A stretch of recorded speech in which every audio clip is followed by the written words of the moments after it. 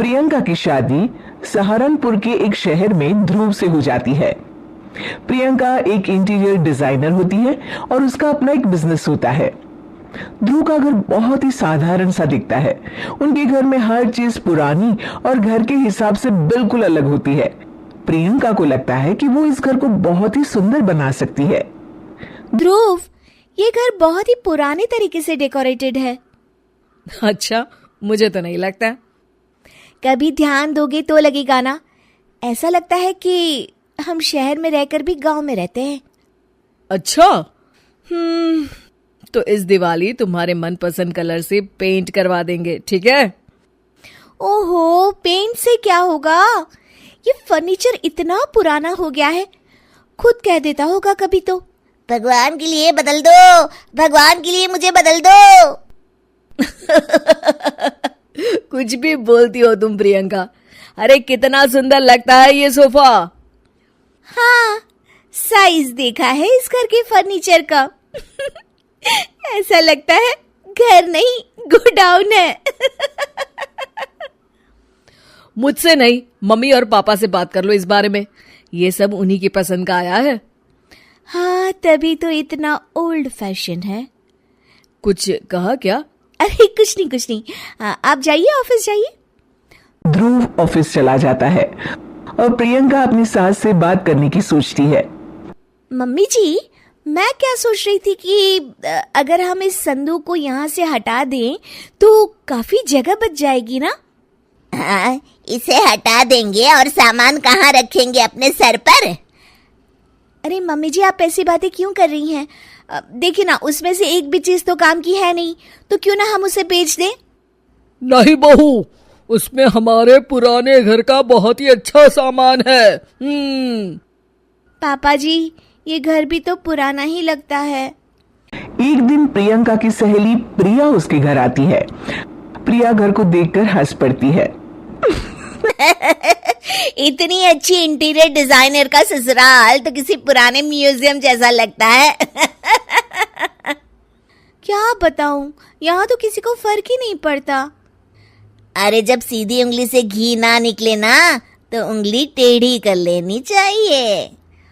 हाँ, शायद तो ठीक कह रही है। अगले दिन प्रियंका की सास सोफे पर बैठी होती है तो देखती है कि सोफे का कपड़ा नीचे से फट गया है। अरे ये क्या, ये कपड़ा कैसे फट गया? मम्मी जी, मुझे लगता है कि ये किसी चूहे का काम है। क्या? चूहा? फिर से? सास सोफे पर चढ़ जाती है। अब तो मम्मी जी चूहा इस सोफे में अपना घर बना लेगा। क्या? तो क्या करे बहू, तू ही कुछ सुझाव देना। मम्मी जी, हमें स्टील वाले छोटे सोफे बना लेने चाहिए ताकि चूहे को घर बनाने के लिए जगह ही ना मिले। तू सही कह रही है बहू। मैं अभी तेरे ससुर को बोलती हूँ नए सोफे लाने के लिए। मम्मी जी, नए सोफे लाने की कोई जरूरत नहीं है, हम इन्हीं से सोफे बना सकते हैं। आप बस देखती जाइए। प्रियंका सोफे तो नए बना लेती है, पर अब उसमें सिर्फ 2 ही लोगों के बैठने की जगह होती है। अरे ये क्या, इसमें तो बस 2 ही लोग बैठ सकते हैं। अरे बहू, तुझे तो पता ही है, हमारे घर कोई ना कोई आता ही रहता है। इतनी सी जगह में हम कहाँ बिठाएंगे उन्हें? अरे मम्मी जी, आप चिंता मत कीजिए, उसका भी इंतजाम हो गया है। मैंने इस संदूक के ऊपर गद्दा लगवा दिया है और इसे पेंट करवा दिया है। ध्रुव उस पर बैठने की कोशिश करता है, पर संदूक की ऊंचाई ज्यादा होती है, इसलिए उसे बैठने में दिक्कत हो रही होती है। प्रियंका, कम से कम ये तो देखती कि संदूक की लंबाई कितनी ज्यादा है। ये बैठने में बिल्कुल भी कंफर्टेबल नहीं है। अरे आप भी ना, ये आजकल ट्रेंड में है, आपको तो कुछ पता ही नहीं है। प्रियंका धीरे धीरे घर की पूरी काया पलट कर देती है। एक दिन प्रियंका के ससुर के कुछ दोस्त घर पर आते हैं। नमस्ते बेटा, कैसी हो तुम? जी मैं ठीक हूँ अंकल जी, आप कैसे हैं? आइए आइए, अंदर आइए। अरे घर तो बड़ा खाली खाली लग रहा है, कहीं घर तो खाली नहीं कर रहे ना आप लोग? अरे नहीं, ये तो हमारी बहू का कमाल है।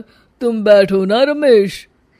रमेश को संदूक दिखता है और वो उस पर बैठने की कोशिश करता है और पीछे तक ना होने के कारण जैसे ही वो पीछे होता है गिर जाता है। अरे रमेश, तुम ठीक तो हो ना? हाँ हाँ ठीक ही हूँ, बस आज तो बाल बाल बच गया मैं। सब लोग गुस्से से प्रियंका की तरफ देखते हैं। अब रमेश अंकल को बैठना नहीं आता तो इसमें संदूक की क्या गलती है? नहीं बहू, गलती तो हमारी है जो तुझे घर का मेकओवर करने दिया। सही कह रहे हैं आप। बहू, तू हमारे घर को पहले जैसा ही बना दे। ठीक है, आप लोग गुस्सा मत होइए, मैं घर को पहले जैसा ही कर देती।